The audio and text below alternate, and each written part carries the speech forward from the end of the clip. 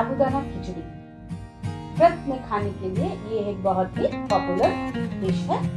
नवरात्रि आ रही है तो चलिए आज मैं आपके साथ शेयर करूंगी साबूदाना खिचड़ी की रेसिपी।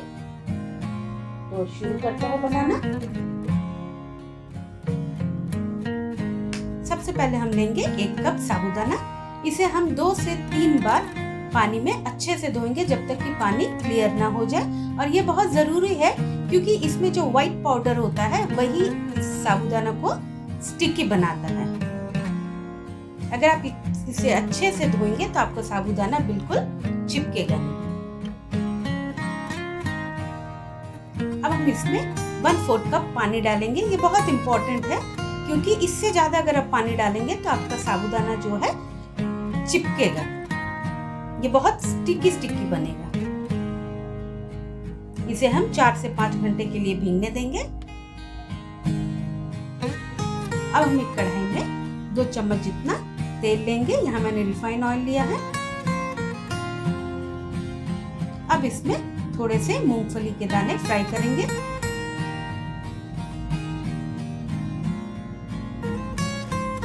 इसे तब तक फ्राई करेंगे जब तक ये गोल्डन ब्राउन कलर का नहीं हो जाता। मूंगफली फ्राई हो चुकी है। अब हम इसे एक प्लेट में निकाल लेते हैं।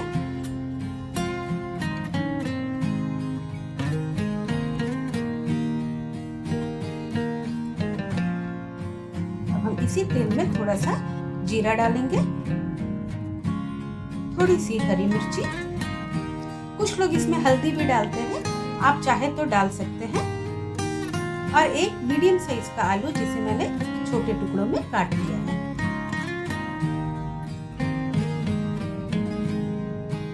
इसे थोड़ी देर ऐसे ही भूनेंगे। यहाँ मैंने 1 चम्मच सेंधा नमक लिया है क्योंकि व्रत में लोग सेंधा नमक खाते हैं। अब इसे ढककर 5 मिनट के लिए पकने देंगे। 5 मिनट हो चुका है। ढक्कन निकाल के चेक करते हैं आलू पका है या नहीं।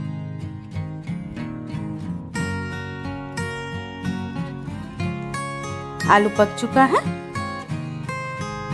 अब हम इसमें भिगोए हुए साबूदाना को ऐड कर देंगे।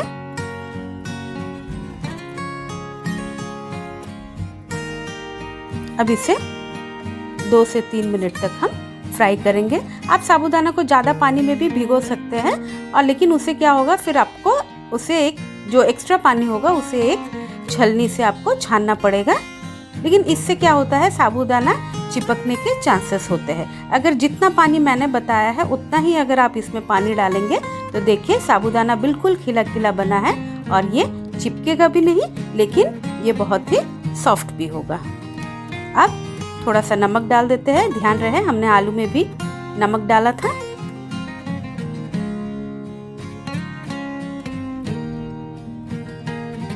इसे अच्छे से आलू के साथ मिक्स हो जाने देते हैं। फ्लेम को थोड़ा सा हाई कर लेते हैं। अब हम इसमें भुने हुए मूंगफली और थोड़े से धनिया पत्ता डाल देते हैं।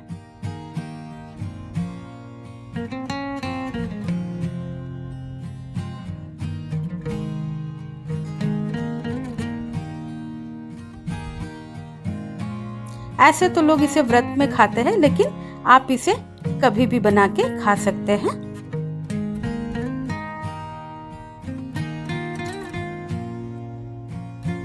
अब थोड़ा सा चीनी, ये ऑप्शनल है, आप चाहे तो डालिए और ना चाहे तो नहीं भी डाल सकते हैं।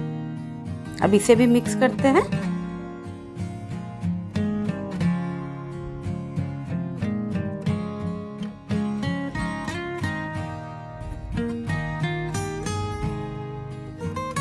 इस नवरात्रि आप भी ये रेसिपी बनाइए, ट्राई कीजिए और मुझे कमेंट करके ज़रूर बताइए ये रेसिपी आपको कैसी लगी। अगर आपने अभी तक मेरे चैनल को सब्सक्राइब नहीं किया है तो प्लीज़ मेरे चैनल को सब्सक्राइब कीजिए।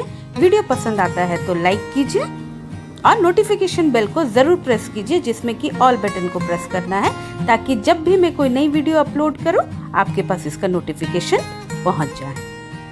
Thanks for watching.